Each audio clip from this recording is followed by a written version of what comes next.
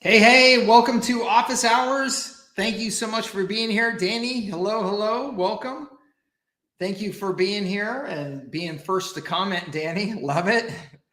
If you can hear me okay and see me okay, let me know, please, in the comments. I would appreciate it. We had some technical difficulties with StreamYard yesterday. They had about an hour where their network was all jammed up. I got a message from them shortly after that saying that everything was set. So hopefully we are all good now. And if you can just let me know, I would appreciate it, and we will get rolling. This is a special Thursday edition of our Office Hours. Awesome. Thank you, Eric, David, Robert. Perfect. Thank you so much. Special Thursday Office Hour edition here because tomorrow I'm going to be on a ski trip to Park City with my kids. Yes, absolutely, Doran. Going skiing. Doran's got it. Yep, going skiing tomorrow with my kids, although Park City this weekend is supposed to be 65 degrees. So we'll see. It may be more mudding than skiing. And, maybe that means we'll just do more hanging out in town. But we'll see here. We got the gear all rented. We got lift tickets. The top of the mountain always has snow on it, so we should be fine, I'm sure. Be some good spring skiing. We'll come back looking like raccoons with our goggle lines. Dan, awesome. Welcome. Glad he says loving the Instagram course. Awesome. Thank you so much, Carrie. I appreciate it. Good. I love Instagram. Man, I love Instagram. I wish everybody, every agency was taking full advantage of it because it's awesome. And they've actually got some big changes here that are rolling out. In fact, I just got, maybe we can start it off with this since we're talking a little bit of Instagram here. Maybe we just go ahead and get started with some chats real quick about Instagram. If anybody has any questions about that, let me know about the program there. But let's see here. So the article I was just reading, let me share my screen here. Doran says his wife just started going through that course. Very cool. I'll have some updates to it actually here real shortly too, because there is quite a bit going on with Instagram. Instagram is, I think they are, they are definitely, even though Instagram's numbers have still been off the charts, it is, I think, really feeling the heat from TikTok, and so they are definitely making adjustments pretty darn quickly, adding features pretty darn quickly, and not just adding features, but tweaking features like this right here. Instagram adds new chronological views to home feed, following, and favorites. So this is a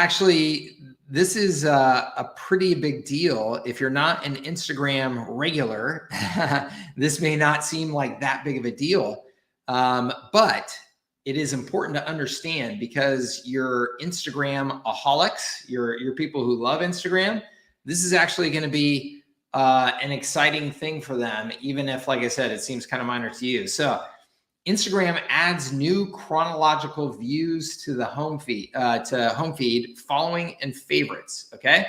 So Instagram used to be a chronological feed only. And then as Facebook does, they rolled out an algorithmic view, right? So essentially, Facebook, just like they did with your Facebook feed, they kind of hijacked the Instagram feed and said, we're going to show you what we want to show you when we want to show you it based on what we think you're going to, get the most engagement from. And we're going to be able to show the best ads to you and all that stuff, right?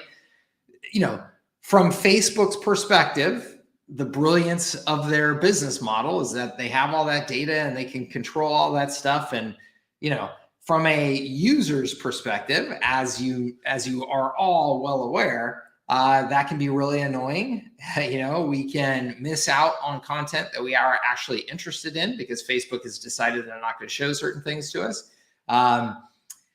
It can feel invasive from a privacy perspective, all those things that Facebook has been criticized about. Well, when they changed Instagram definitely, the community gave a lot of feedback, I guess I would say.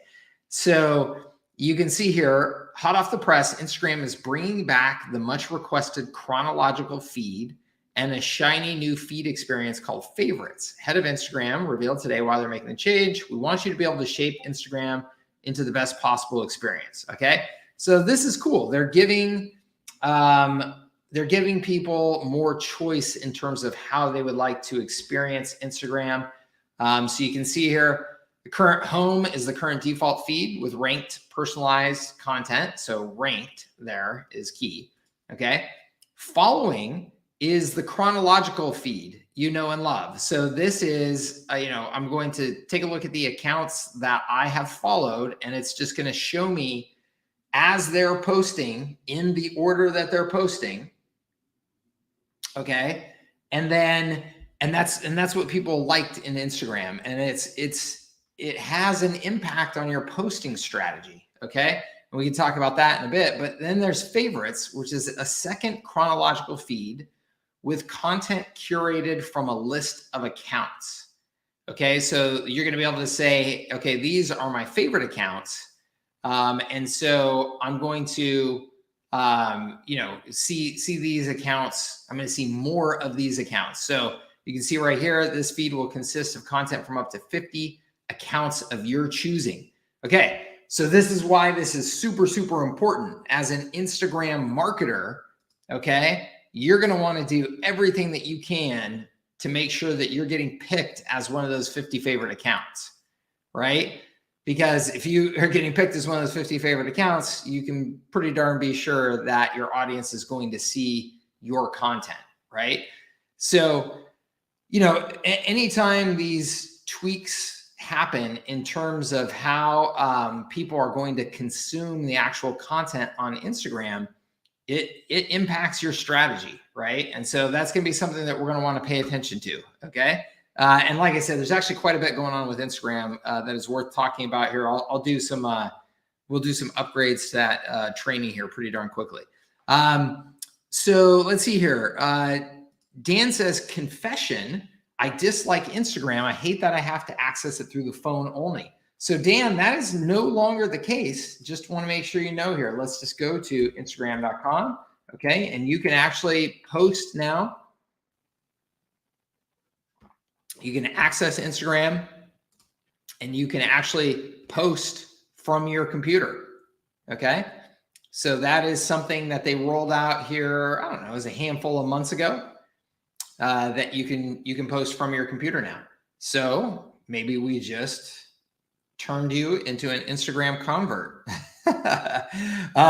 Also, the article that I was showing you was actually from Later, okay, Later, which Later is my favorite tool for Instagram management. Is Later. I love it, and I love their education. They do a great job with their education.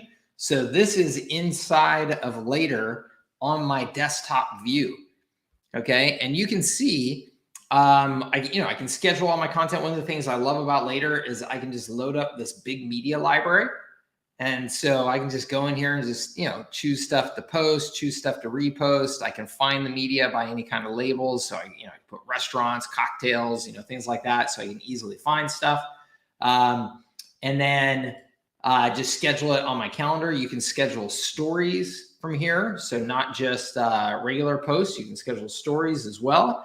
And then you can post to a bunch of different accounts. So you can see up here, I can do Facebook, Instagram, Twitter, Pinterest, LinkedIn, TikTok. I can post to pretty much anything from here. It started out very much as an Instagram tool, but now you can schedule just about, anything through here. So I definitely love this service, and it, is primarily, not necessarily primarily a desktop service. I mean, I can do all of that from the app on my phone as well, perfectly well.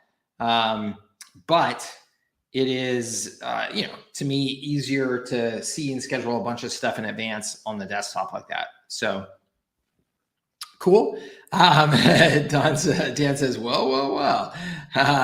Aaron says, what is the easiest way to local hashtags and local accounts to follow? Okay, I think you mean what is the easiest way to find local hashtags and accounts to follow? Cool. This is awesome. So, oh man, this is good. I'm glad we're getting into an Instagram conversation here because I geek out on Instagram. Okay, so let me go to my There's San Diego account and we'll get into this a little bit. Okay. So the most important thing that I stress about Instagram is that it is very much a community. Okay. It is very much a community. And so what I mean by that is, especially in local, okay, it's one thing like, let's say you're following a bunch of fashion influencers from around the world. Okay. That's clearly, it's going to be less of a community, when you're just following people from, following fashion influencers that could be anywhere in the world.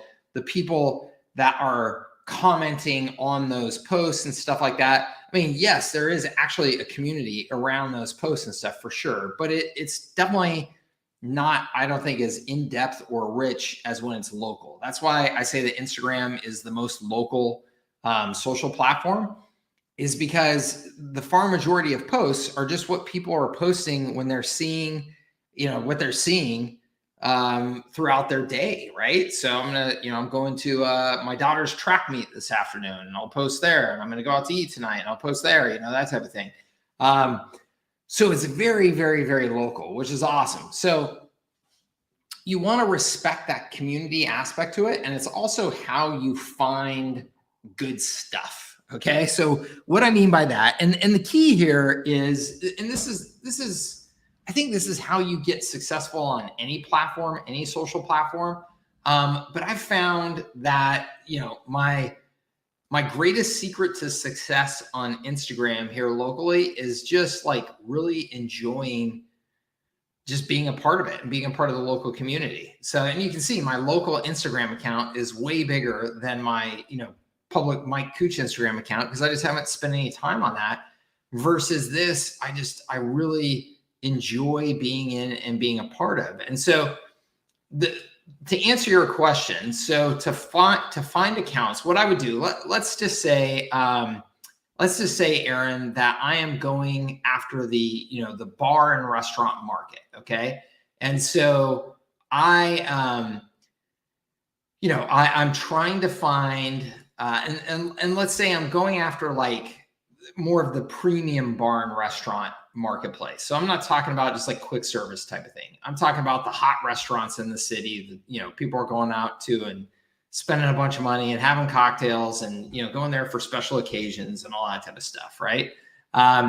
So an easy way to start to kind of figure all this stuff out would be to find the account of a restaurant or a bar that is like a really hot spot in the city right now. Okay. So like Camino Riviera is a very hot spot restaurant in the city right now. Okay. It opened like 6 months ago or so. It's from one of the hottest restaurant groups in town. It's got one of the, hottest chefs in town, all that type of stuff. And it's a very cool theme. It's in a cool location. It's got everything going for it. Okay. So this would be one that I go, okay, this is a hot spot. So I'm going to go and follow their account to start, right? I'm just going to go and follow their account, and I would pick, all your hotspot bars and restaurants, and I would go and follow those. Okay. Now you can see these guys have 11,000 followers, but they're only following 100, right? 101. So that's a little bit of it's a little bit of kind of the snobbery of Instagram, right? It's like, well, we're getting followed by everybody, but we're only going to follow back. There's only 101 that we've determined are worthy of following back to us, right? So again, that's kind of a little bit of the snobbery of Instagram is, Camino Riviera is kind of saying, hey, we're the cool kids. You follow us, we don't follow you, right?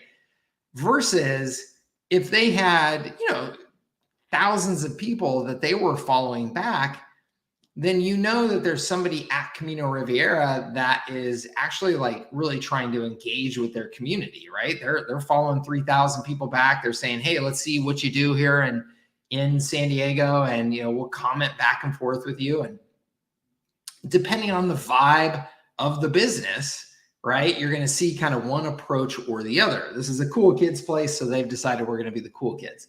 So one of the first things that you could do is you could start with, well, who are these 101 people that they've determined are worth following, right?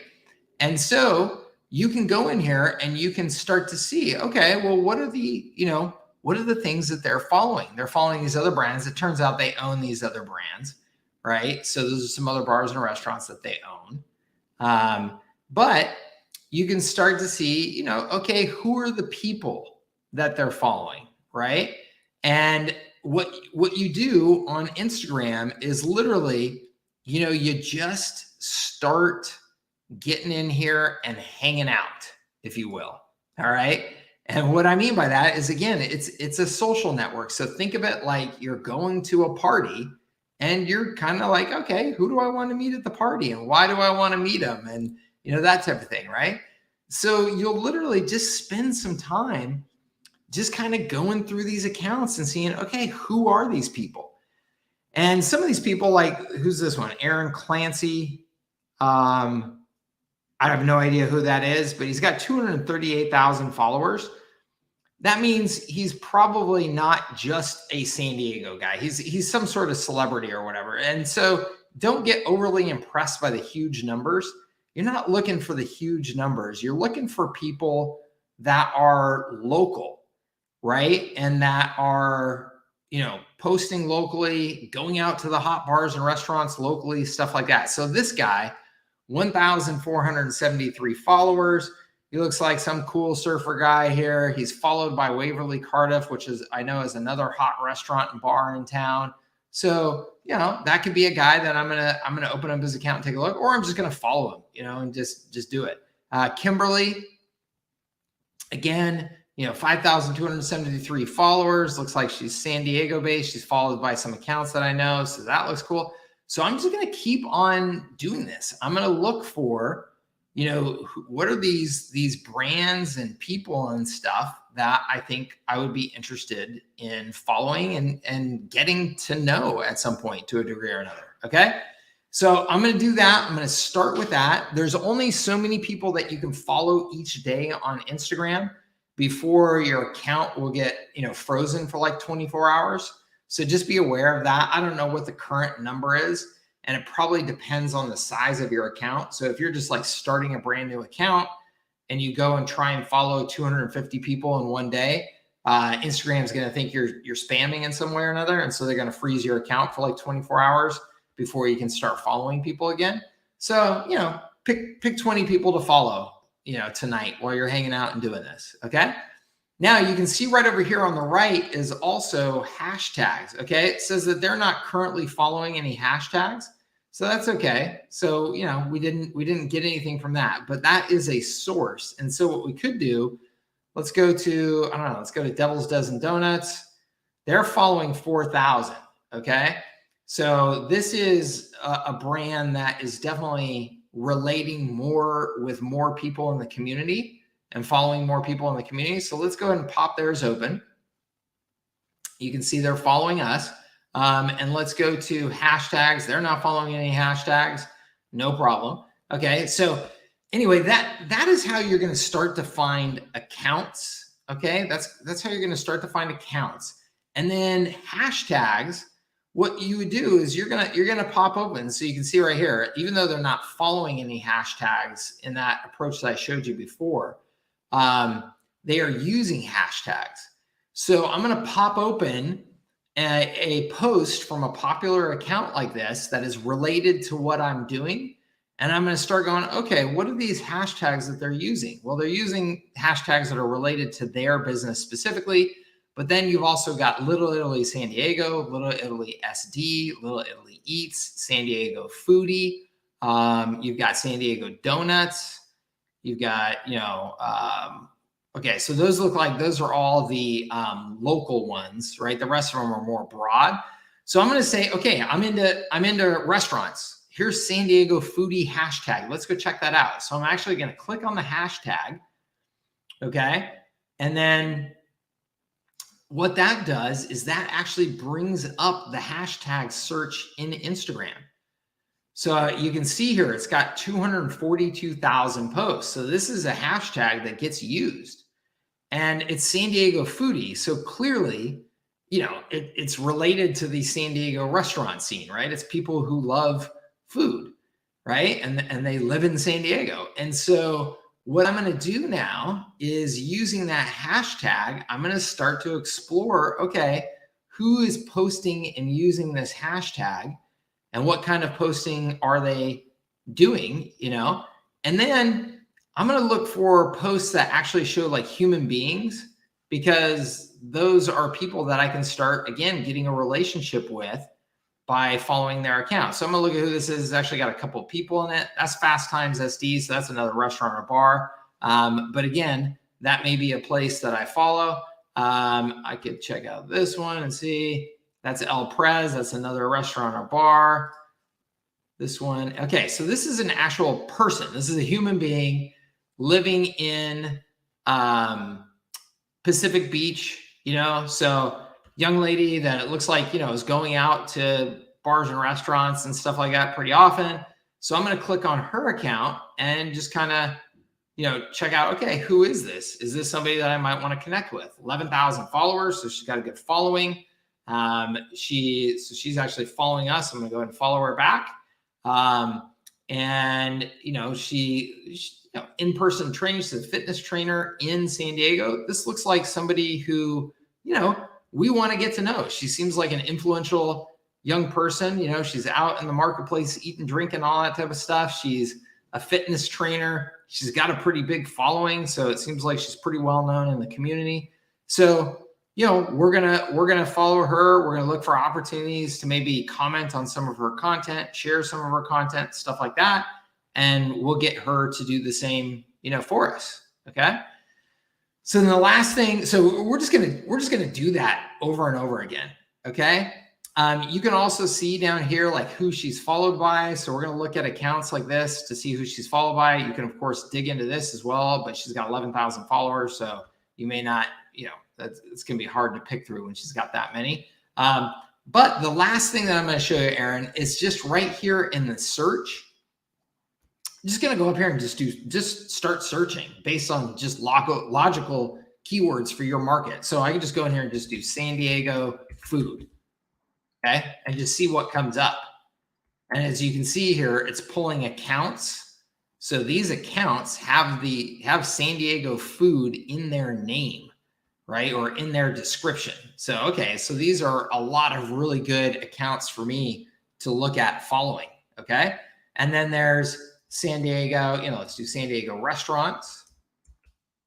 Okay. So here's a bunch of accounts that have San Diego restaurants. And then look at that. It pulls up a hashtag. So now I see a hashtag I can use. Okay. So again, so what I would do is, if I was going after restaurants, I would look for people. So I would do San Diego food, and I would look for human beings that are obviously very tied into this market. So you can see right here, San Diego foodie. Okay. So I'm going to pop open San Diego foodie. Okay. She's got 23,000 followers. She's a food blogger here in San Diego. Okay. And I'm acting like I don't know her, but I do actually know her. We do work with her and stuff like that. And so what I'm going to do though is I'm going to look at some of her posts. Okay. And I'm going to see, okay, what tags is she using? Because she's somebody who's really dialed into this whole San Diego food scene, clearly.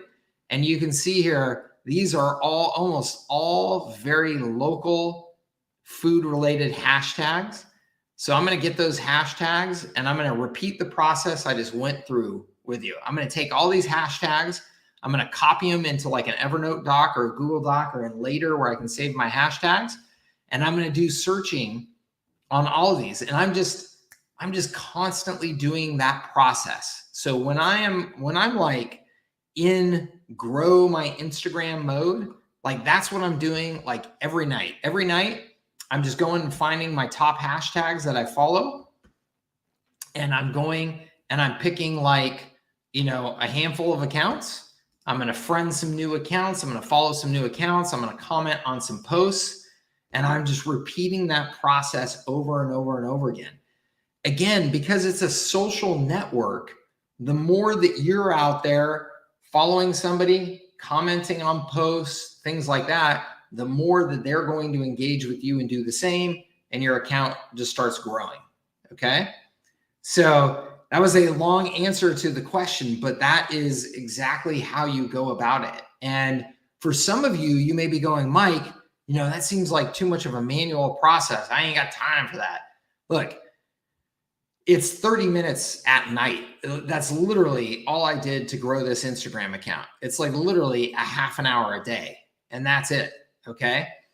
And are there all kinds of shenanigans that you can do to try and automatically grow this? Yes, I have tried all of those automated shenanigans, and guess what? They all suck.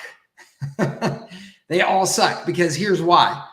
They all get you a bunch of junk, fake accounts that are following you back. It's like all the automated crap attracts all the other automated crap, spammers, all that stuff.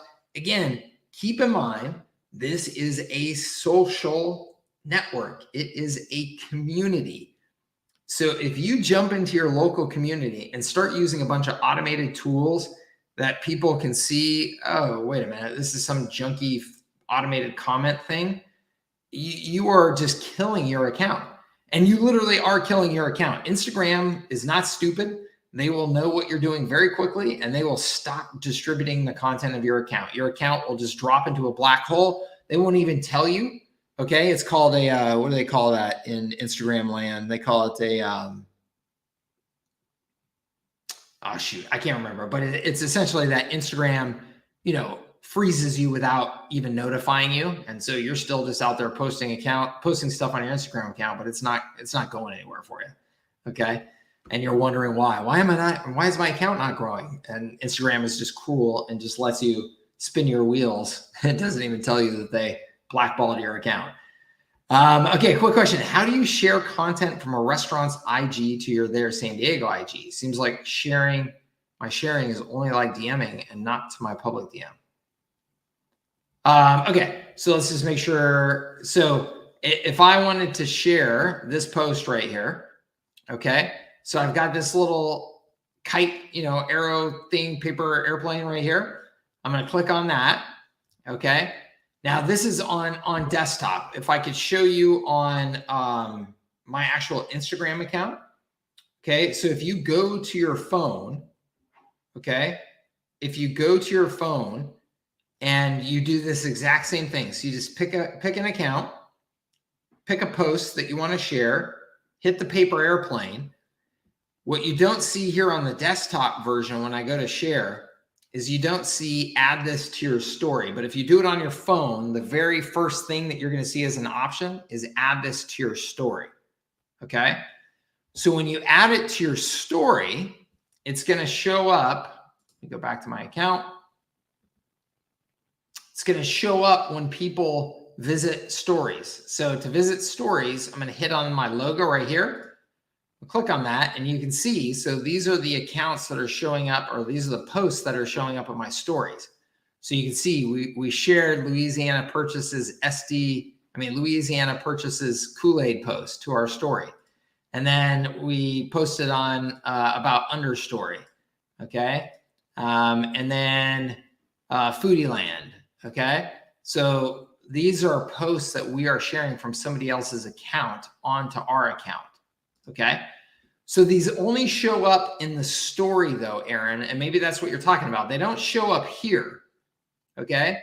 To show up here, what you want to do is you literally want to contact an account and say, hey, we love that post that you did with those dogs and the beer. Can we please get a copy of that picture so that we can share it on our account? So, I mean, you're literally going to ask them for permission to use their picture on your account. Okay. So that's, and you can see right here, it was a Shiba Bros picture. And then you can see right here, wow, Shiba Bros commented, thanks for the feature, you guys. We want to give you the potty scoop about Pure North Park, you know, yada, yada. So they commented then on our post right after we shared it. And then just to show you guys the strategy that I was teaching in the Instagram course that's still working, right? So look, so I went to, where's it at? My gosh, you can see, I mean, look at all the conversation we get going with restaurants in here and businesses in here just all the time. Where is it? It's gotta be up here.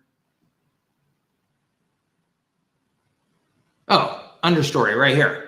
So you can see, remember I showed you in my story, I went to understory. I actually went to understory the other night, took some pictures of their cocktail menu and shared them. And then you can see, what did understory do? Understory then shared our post in their stories. Okay, they saw us post about them right here. And they said, let's reshare their post in our story. So now our post is getting exposure to their audience. So that's how we start to pick up new followers and stuff. Like new people are now saying, hey, who's this? There's San Diego. Okay.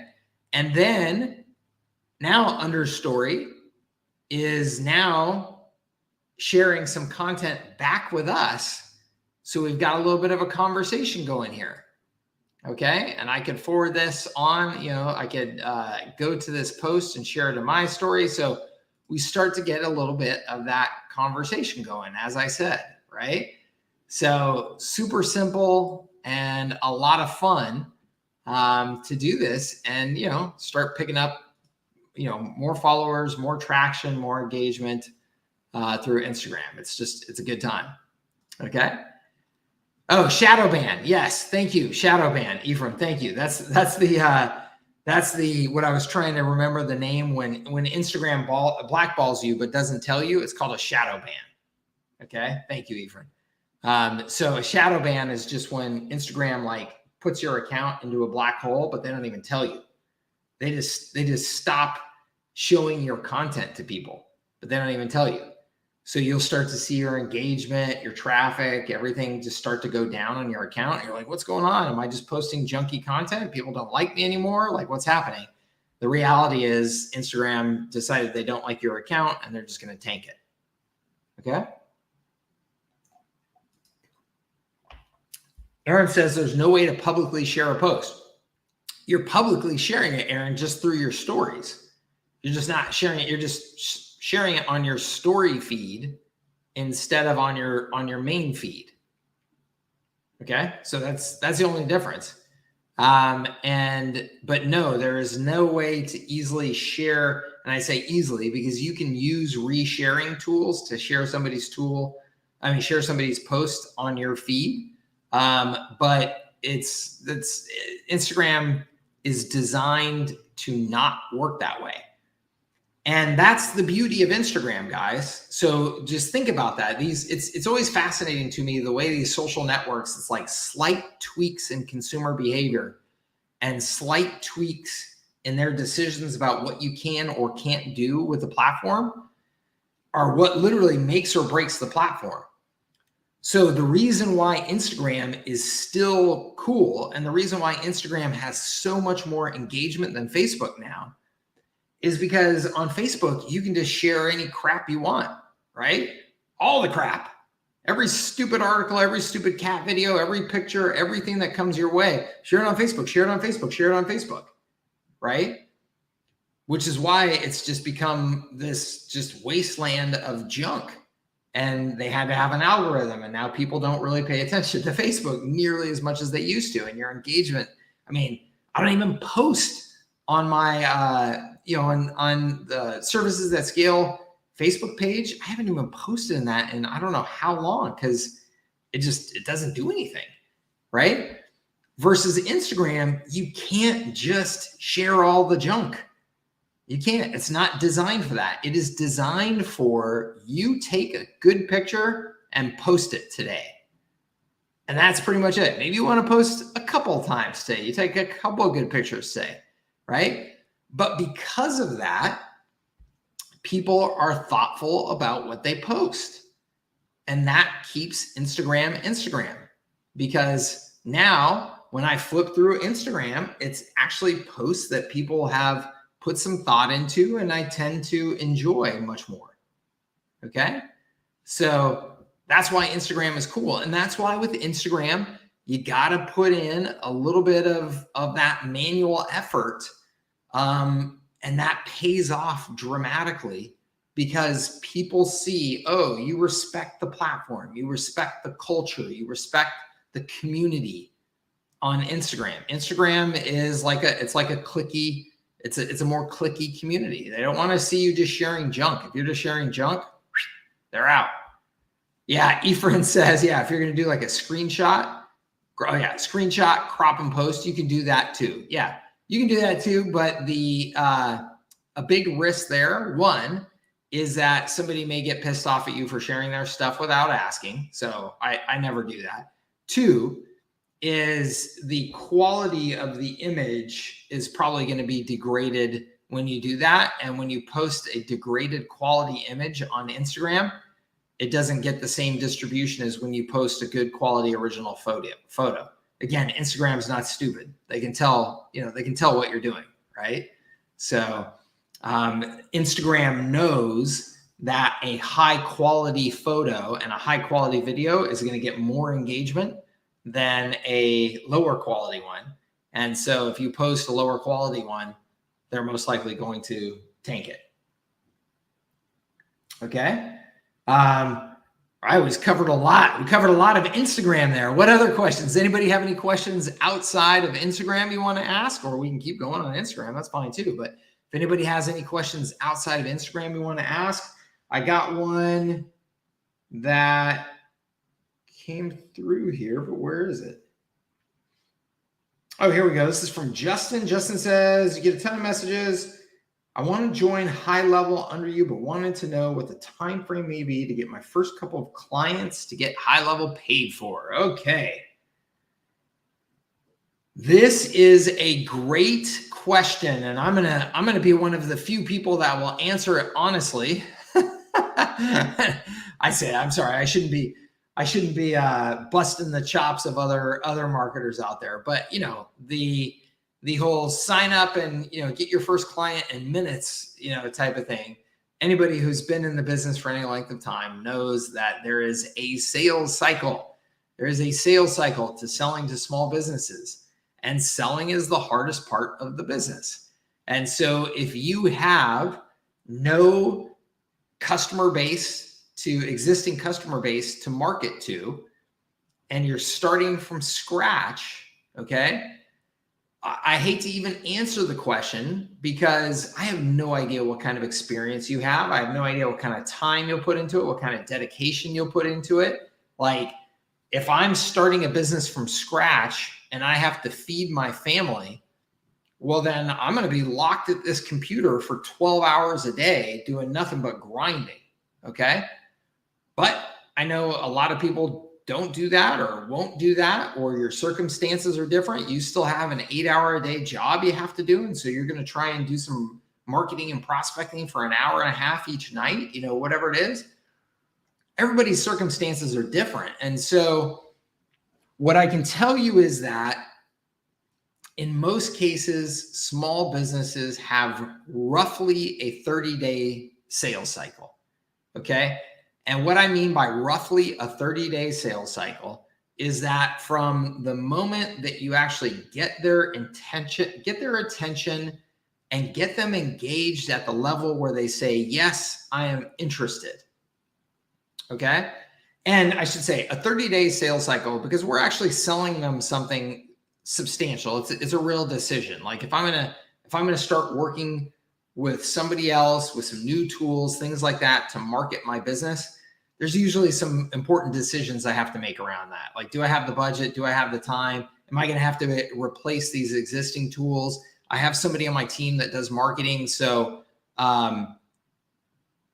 am I going to have to get them trained up on the tools? What do they think about this tool versus the tool they're currently using, right? So the more involved your product or service that you're selling is, the higher the friction, the longer the sales cycle, okay? But if I am selling something that is relatively high friction, so I'm going to take over, doing XYZ marketing for you, right? From the moment they raise their hand and say, yes, we are interested in this. This is something we're genuinely interested in. We're thinking about making a decision to do this. 30 days is usually what I count on.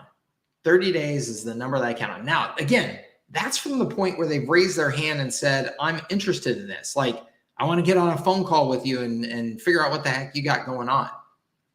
Some people will sign up right away. Okay. I was looking for a new video editing service. I saw an ad for Video Husky, right? I literally signed up for a $2,700 agreement that very next day. I was like, that looks exactly what I'm looking for. I booked on their calendar. The next day I signed up for $2,700. So it happens. Absolutely. But if you're telling me, what can I count on? I tell you 30 days. Now, if you're selling a service like I'm selling with Their San Diego, okay, Their San Diego is my media business, right? We have offers that are not nearly as high friction, right? It's place an ad with us on our site. Well, what do I have to do to place an ad, Mike? Just say yes. You don't have to change anything about your existing business. You don't have to do it. Just say yes. You don't even have to build the ad. You don't have to do anything like that. I'll build the ad. I'll get it up on the site. You can approve it, yada, yada. All you got to do is say yes. So my sales cycle from the moment I talk to somebody and they say, yes, I'm interested, to the moment that they're buying can be much, much shorter, right? I can literally, within 1, 2, 3, 7 days, whatever, get somebody to make a decision, okay? Because there's not a lot of involvement. There's not switching costs, If I'm gonna go on to HighLevel and I'm already using Pipedrive, I gotta get out of Pipedrive. I gotta switch all my data over there. I have 2 employees. I gotta train up on that now. So back to the question that was asked, Justin. How long it's gonna take you to get your first customer? I have zero clue. If you have a bunch of existing small business customers already that you work with, and you're telling me, I just want to roll out HighLevel to those customers, well, I'm sure you can get some customers signed on within a week because you already have relationships with customers. They already are buying stuff from you, right? Just send out a promotion saying, hey, we've got this awesome new capability. We'd love to talk to you about it. We've got a special offer right now. You'll get people that will sign up within a week, okay? If you're telling me, Mike, which it seems like you're telling me, I'm still running a job, working from home, and I'm spending all of my time on that job. Justin, again, I don't know. Are you a good marketer? Do you have some good marketing experience already? If you have some good marketing experience already, and so you're telling me that in the 2 hours that you have each night to actually do something, you're going to be doing some smart Instagram marketing and stuff like that, and you're good at that, you have experience at that, I'd say you could get a customer within 45 to 60 days. You could expect that, okay, that's when I'm going to start getting some customers on board, okay? Will you get some before that? Definitely a decent possibility.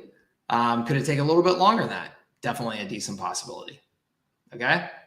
So I know that I wish there was like some answer I felt comfortable just going, hey, sign up and we'll get you your first customer within 48 hours. I don't want to BS anybody, and, it's a competitive market. You got to evaluate what are your skill sets, what are your time to go into it, what's your commitment to it. If you sit on your computer and do nothing but add value through Instagram, cold email, cold calls all day long for 2 weeks, you're going to have some good opportunities in your pipeline. after that 2 weeks, but that's because you're sitting there for 10 or 12 hours a day grinding, right? Dave says, what's your opinion of competition for this media space? What's my opinion for competition? I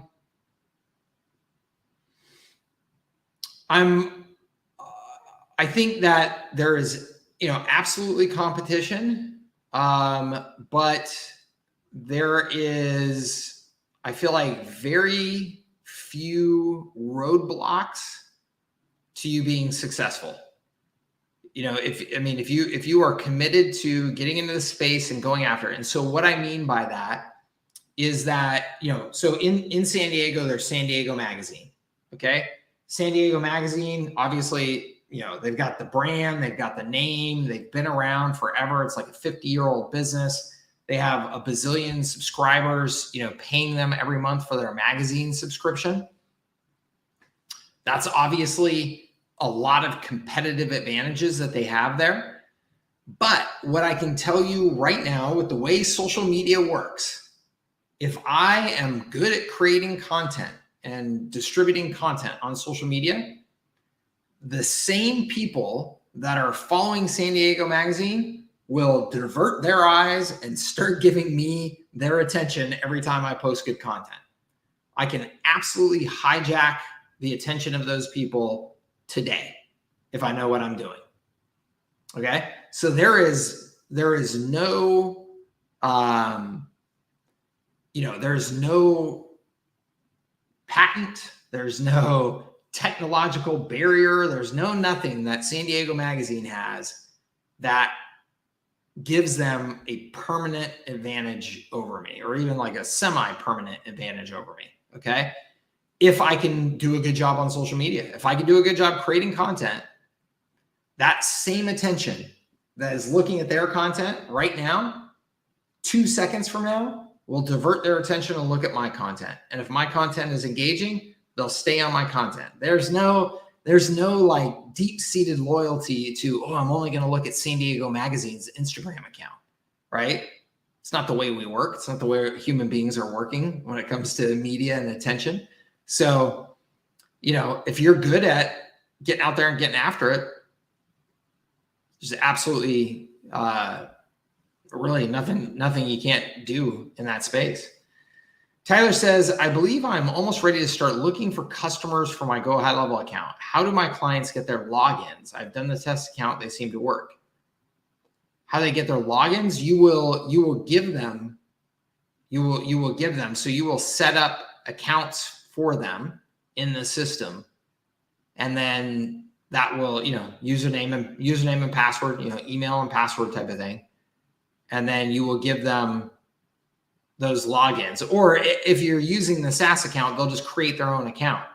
Yeah, sorry, I didn't see that second comment. If you're using the SaaS account, they'll just create their own account, and username and passwords are just built into the system when they sign up. Okay, so just like a good old SaaS platform. Okay, so that you do not need to be worried about. That's all easy button, no problem. Okay. What other questions? What other questions can I answer for you? Good questions.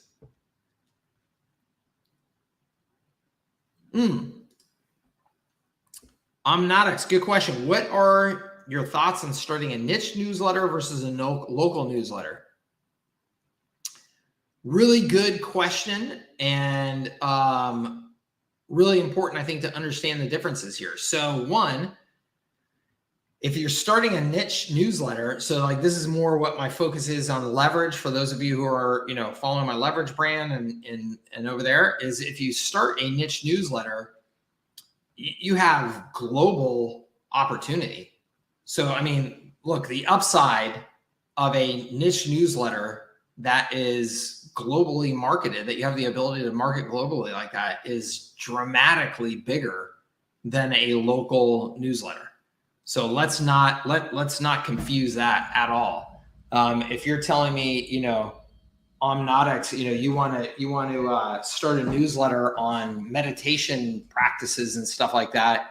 That is a global, massive market. And so your audience can be dramatically bigger than a local newsletter. And the upside is going to be dramatically bigger as well. So I'm a huge, huge, huge fan of doing non-local if what your interest is one, having a lifestyle where you have total freedom and flexibility, right? So you create an online, you create a meditation focused newsletter that you don't care where your customers are around the world. It's just email accounts, right? And you want to go travel around the world and continue doing your newsletter, easy peasy, right? So, and you've got huge upside to it. If you start, there San Diego and start a local newsletter, you got to understand that there is a much more local commitment to it. So this summer, I'm planning on being in Barcelona and Paris for a good chunk of the summer. Is it a little bit harder for me to run my There San Diego media business and newsletter while I'm there? Yeah, it's not impossible. And I've been doing this for years. So I've got the operational side of it pretty well nailed down at this point. But if you were newer to it, would that be more of a challenge? Yeah, for sure. Because you're not going to be in San Diego, going to the restaurants and the bars and the businesses every day, right? You're going to be in Barcelona and Paris horsing around. So, and then the reality is no matter what I do with There San Diego, it's never, ever, ever going to have the same upside opportunity as if I do my training business that I'm doing here globally, right? My training business that I'm doing globally here has much bigger financial upside than There San Diego does all day long. So, I mean, look, if you can take full advantage of the internet, take full advantage of the internet. It has a tremendous amount of leverage, right?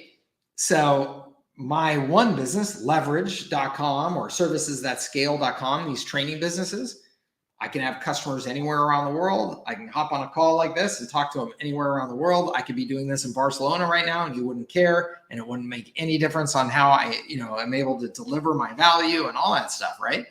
So I'm taking full advantage of the internet in that model from a distribution perspective, everything. So I have much bigger upside. So if you can take full advantage of the internet, take full advantage of the internet. Now, some of you, though, go, hey, Mike, I'm running a local business. I'm running a local agency. I'm running a local real estate account. I'm, all that type of stuff. I'm selling in my local market, and that's what I want to do. Awesome. Start your local newsletter. Start your local media. It will pay off like crazy for you. Okay? So I hope that helps. Tyler says, how powerful of a tool would I say Yext is? I think it's pretty darn effective. I mean, it's super, super important in local, rankings and quality scores and all that type of stuff with Google, that you have, good, consistent, accurate information out there in as many places as you can. So I think it's, from what I can tell, it's super effective. Have you ever disputed a Google review, and how effective is it to actually dispute? I never have. Maybe there's somebody else on here that can talk to that. I have not. This is not my world. That's not my world. I have not managed Google reviews. Maybe there's somebody else here on the call that can do that though. Patrick says, we are getting paid customers. Now we're focused on the onboarding process. What tips can you provide to streamline the onboarding? Awesome. Good question, Patrick. And first, congratulations on getting your customers, which is great. And he says, these are marketing services delivered through Go HighLevel. Perfect. Okay. Onboarding is so critically important. Okay. And here's why. Because when you are selling, your customer is full of skepticism and doubt and concern that they're getting ripped off, right? And then when they make that payment, they're at their highest point of, oh man, these guys better be able to do what they say that they're going to be able to do, right? So the second they do that, you want to demonstrate to them that, hey, you weren't going to let them down, right? You weren't going to let them down. You're going to go right into being what they thought they were buying into, right? So you want to fulfill those promises right away. So you want to be prompt in your communication. You want to be organized in your communication, in your onboarding. And a very, very important thing here is you want to demonstrate that you can lead the way for them. Okay? So what I mean by that is that when they come on board for your services, you want to show that you have a process to make sure that they are successful. And actually, Patrick, once you get that process like figured out, you want to give it a name and you want to be using it in your sales pitch, right? So HubSpot has like the, whatever, the customer success blitz, whatever it is. Okay. If you go through my R4 sales system, my Surge to SaaS version of my R4 sales system, right? I talk about the surge, right? And the surge is when we get a new customer, we're going to do this push of service delivery to really kind of overwhelm them with value very quickly. Okay. It's kind of what you want to do. You want to sell that you have that customer success process during the sales process, because every one of your customers has felt like they've been bait and switched by some service provider in the past. Everybody feels like they've been burned, and they're just expecting that you're probably going to be another one of those service providers. So when during the sales process, you're already talking about, yeah, look, we want to make sure that this all goes as smoothly as humanly possible. I know that's probably not always your experience with service providers in our industry, but that's why we start every customer with our 2-week customer success blitz, right? And so in that blitz, right away, what we're going to do, we're going to assign an account manager. We're going to do X, Y, and Z tasks. And we're going to make sure that in that 2 weeks, we get you from here to here. So you've got a lot of momentum with our services, and you can start getting the full value out of them right away. Okay. So what we need from you, Mr. Prospect, to make sure that that works is we need you to engage and fully participate as well. Okay. We can't do these things on behalf of your business if you're not engaged in communicating with us, right? So you're talking about that onboarding process and you're selling that onboarding process from day one, right? Now, specifically, Patrick, when it comes to selling and delivering through Go HighLevel, we have to acknowledge that Go HighLevel is not the most user-friendly thing in the world right now. And so you've got to anticipate that there's going to be confusion. You've got to anticipate that they're going to need hand-holding. And you've got to structure that in a way that can be delivered one-to-many, because it's not like you're probably not selling $5,000 a month, agreements to these small businesses. You're probably charging $297, $497 a month. So you don't have enough money to do like a bunch of real individual hand-holding with every customer. So that means that you want to do things through video and membership site, through email automation, and through like one-to-many calls like I'm doing here. Okay, so what I would suggest is that when somebody comes on board, you immediately put them into a membership area that you've set up on HighLevel. You put videos in there. That first video is a welcome from you. Welcome, thank you so much. We really appreciate your business. Yada, yada, yada. We're excited to work with you. I want to give you an initial orientation here to let you know how this is going to go, as well as make you aware of what some of the most common roadblocks are to your success so we can make sure and avoid those. So I'm doing this all through video, okay? And then you're going to outline that plan for them. So after this video, the first thing that I need you to do is go fill out this survey so that we have all the information that our team needs to execute for you. So then you got the survey, right, where you're collecting information.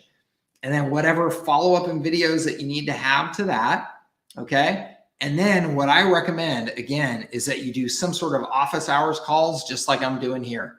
Just like, hey, everybody, every Thursday at 1 o'clock, we have office hours calls. So if you have any questions about how to use the system, how to use your services, anything that you're stuck with, just join on our office calls, our office hours call at 1 o'clock on Thursdays, and we'll have somebody from our team there to answer any questions and make sure we can walk you through. But that way it's a one-to-many group setting like this, and people know to be able to expect it. So that gives them a high degree of comfort to like, okay, I can get help at 1 o'clock on Thursday, no problem. They can still go through support before that if they need to, but a lot of stuff will just, let's wait until Thursday at 1 o'clock and do that call with you. Okay. So that's essentially overall, how I would design the thing. And then I would tell you, Patrick, that when I talked about those first steps and the survey that you're going to do for them, you just need to expect that a bunch of your customers, even though they paid you money, are not going to follow through very well. And you can't just leave them hanging out there because they will cancel their services, right? You'll talk to them 45 days later, they'll cancel their services and they'll go, yeah, we're just not using it. I know we should, but we're just busy, Mike. We just haven't gotten to it.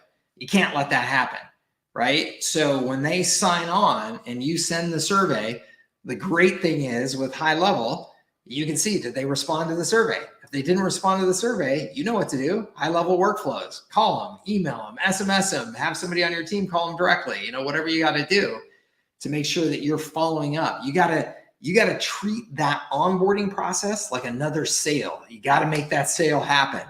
Because if you just let it drift, those people will cancel. Okay. I hope that helps you. Let's see here.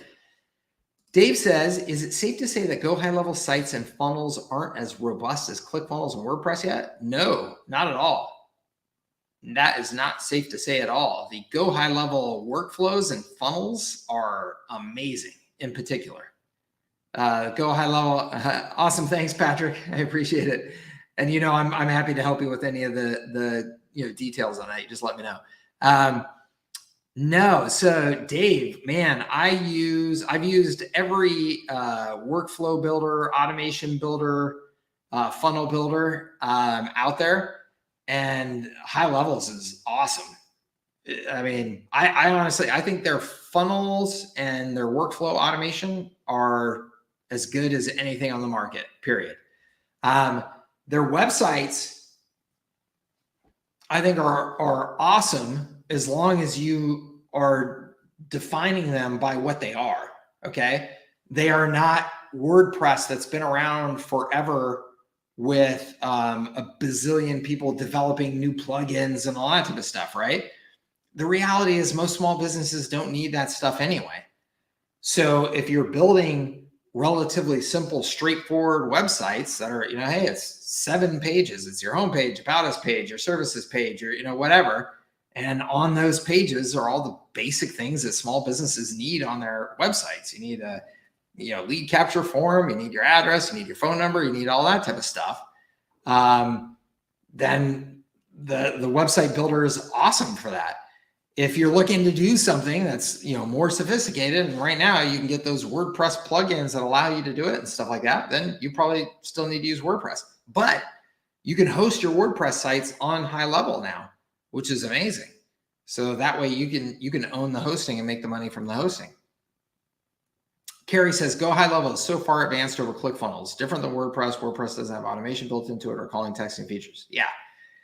Now, Go HighLevel has so much to it that's especially, again, built into their. So I'll give you an example. Like I'm doing, the direct API integration between my workflows and my Facebook ad account, so that I'm tracking all my conversions directly in there. I've got all my funnel reporting for Facebook, for Google Ads, everything right inside of HighLevel. Like it's nice. It's nice. It's powerful. It's sophisticated. I love it. Let's see here.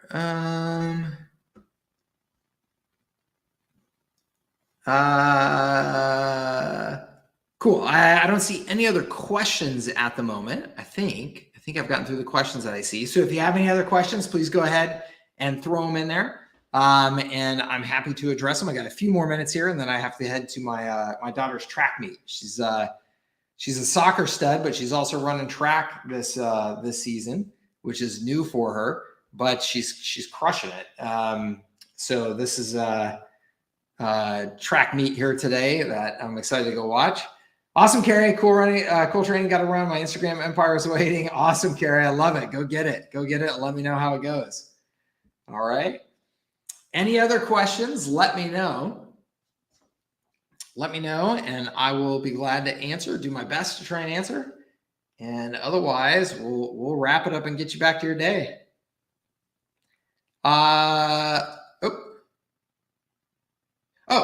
John says, what disadvantages and limitations exist having a local newsletter with no local website? Okay, cool. The disadvantages are just you're missing out on another piece of property that gets attention. I mean, it's as simple as that. That's pretty much it, though, John. I mean, but there are, of course, there's cascading consequences to that, right? So, in other words, what I mean by that is because you don't have that website, you're not going to get the SEO benefit of your content. You're not going to have people just coming and finding your content and opting in. You will have probably lower perceived and probably actual value to your advertising, right? So in other words, if you're selling ads on your newsletter and you have 25,000 people on your newsletter and I have 25,000 people on my newsletter and we get the same open rates and stuff like that, but I am driving from 10 of the 12 pieces of content that are in that newsletter, I'm driving people to my website where the content lives. So now I'm getting traffic from my newsletter to my website. On my website, I'm running ads that I've sold as well, right? So you've got one asset to sell and I've got multiple assets to sell. So it's really just kind of as straightforward as that. Tyler, how effective do you think cold calls and emails are?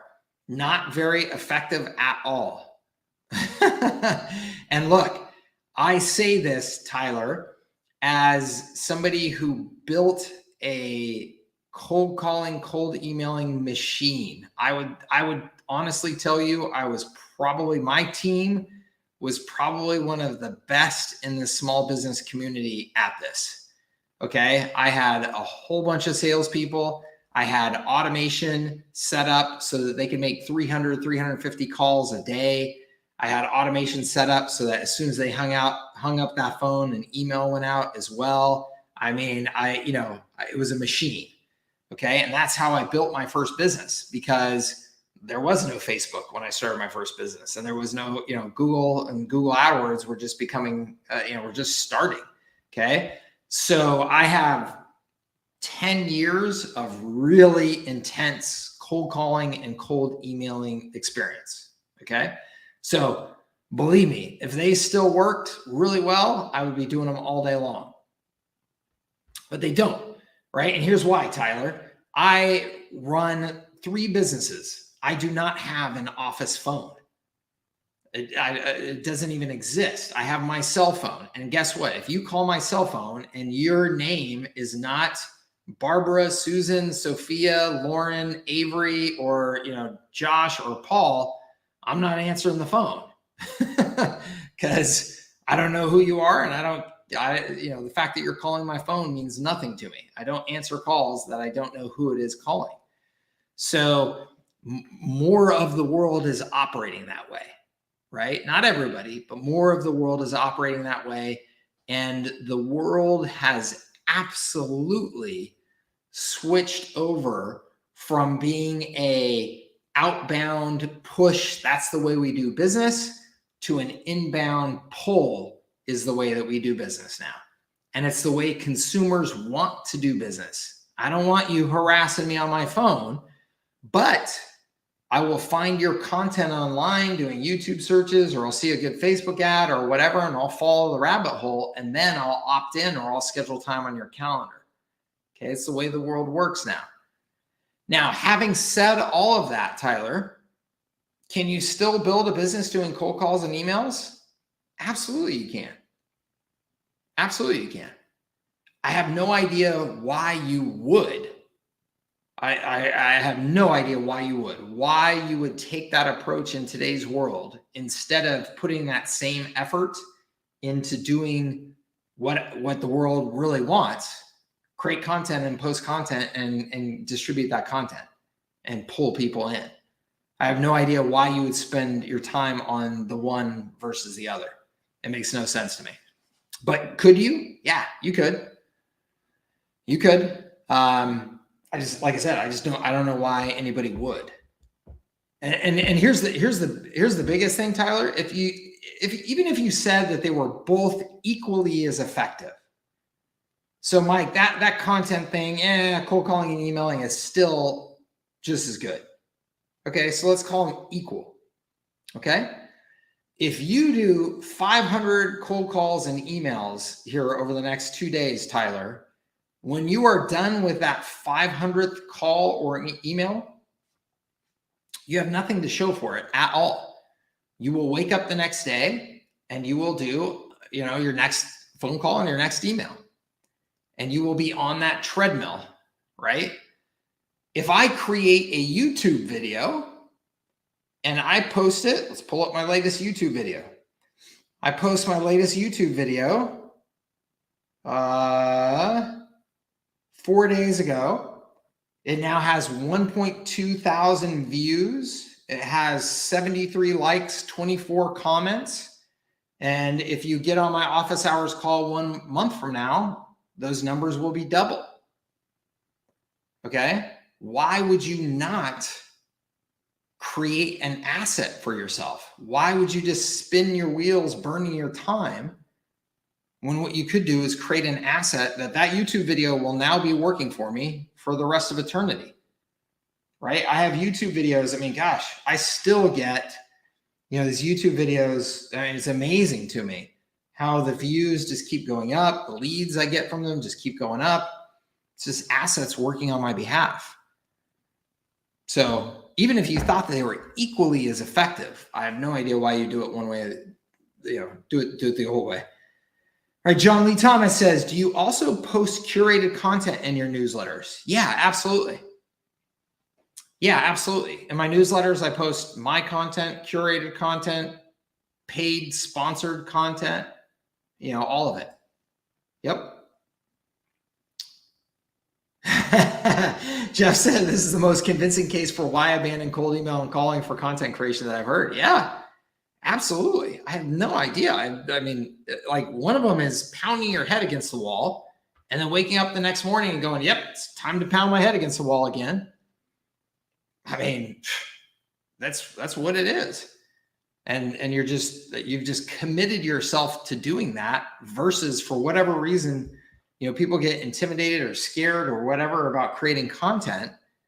And yes, Jeff, yes, it's like passive income. It is taking advantage of the internet and automation and assets.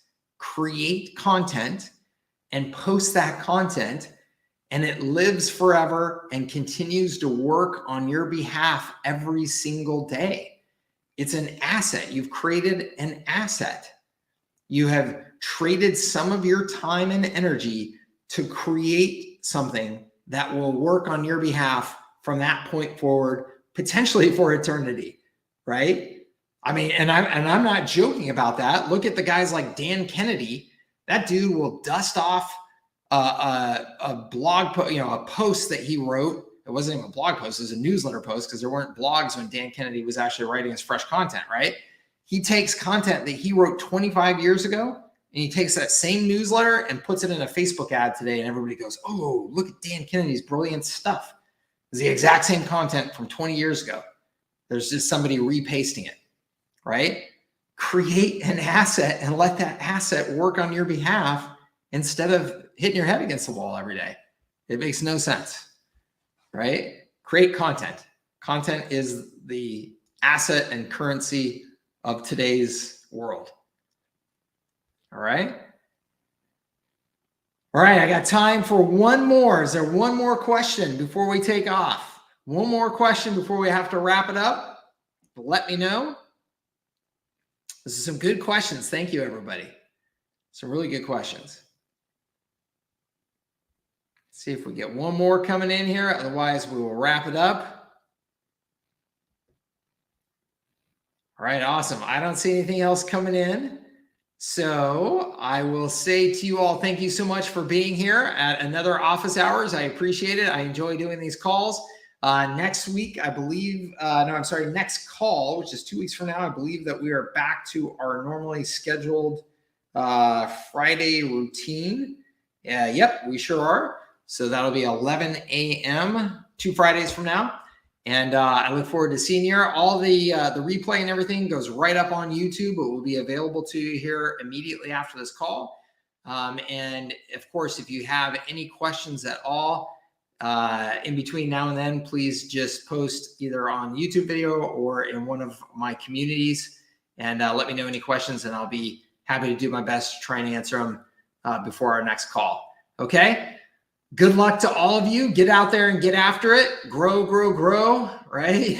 Put the effort in and get that business growing. And we will see you on the next office hours call. All right. Thank you so much, everybody. We'll talk to you soon. Bye-bye.